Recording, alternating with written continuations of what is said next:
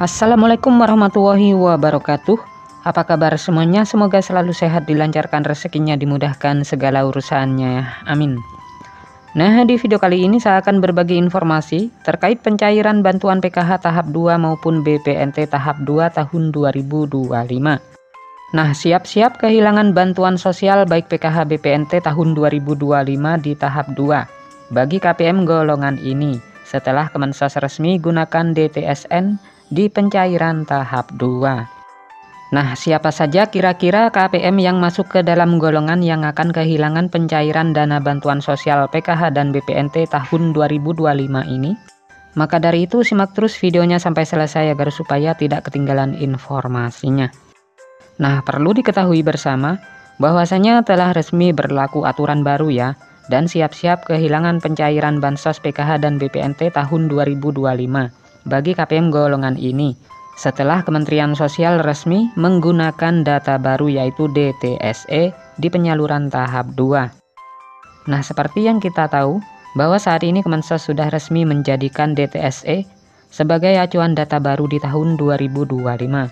Dan di waktu yang sama DTKS resmi dihapus dan kini berlaku aturan baru sesuai yang ditetapkan Kemensos melalui DTSE. Nah, dengan adanya data tunggal sosial ekonomi nasional, data setiap KPM akan dirombak total, sehingga KPM lama tidak bisa secara otomatis masuk ke daftar data baru.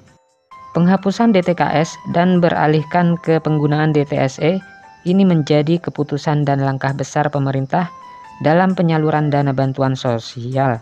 Sehingga tidaklah heran ya jika KPM lama kehilangan bantuan sosial PKH dan BPNT tahun 2025 di tahap 2. Walaupun perubahan ini membawa dampak baik dalam hal keakuratan dan validasi data lebih terjamin, namun tidak akan semua KPM bisa tetap menjadi penerima bansos di tahun 2025 ini. Ada golongan-golongan tertentu yang akan kehilangan bansos PKH dan BPNT tahun 2025. Dan golongan tersebut tentunya sudah ditetapkan oleh Menteri Sosial sesuai dengan hasil pengolahan data DTSE.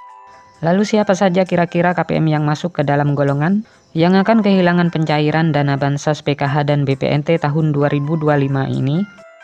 Nah, berikut golongan KPM yang tidak akan cair lagi di pencairan PKH dan BPNT pada tahap 2 tahun 2025. Untuk yang pertama, KPM atau penerima bansos lama yang tidak tercatat di dalam DTSN, sehingga tidak akan menerima bantuan di tahap selanjutnya.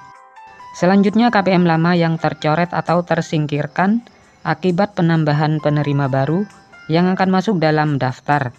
Artinya komposisi penerima bansos bisa berubah secara signifikan.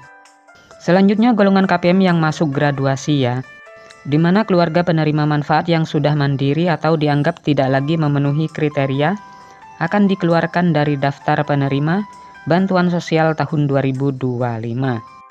Selanjutnya, KPM yang tidak lagi memiliki komponen PKH.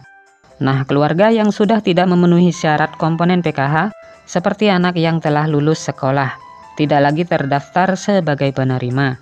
Hal ini terjadi akibat pembaruan data yang dilakukan pemerintah untuk memastikan bantuan tepat sasaran. Selanjutnya, KPM yang tidak lolos verifikasi kelayakan, di mana setiap bulan pemerintah melakukan verifikasi kelayakan penerima bantuan sosial. Nah, KPM yang dinyatakan tidak layak, misalnya karena perubahan kondisi ekonomi, tidak lagi berhak menerima bantuan sosial. Kategori ini menunjukkan pentingnya pembaruan dan validasi data penerima bansos agar bantuan tepat sasaran. Nah, sekian dulu informasi ini, semoga bermanfaat. Sampai ketemu di informasi-informasi selanjutnya. Assalamualaikum warahmatullahi wabarakatuh.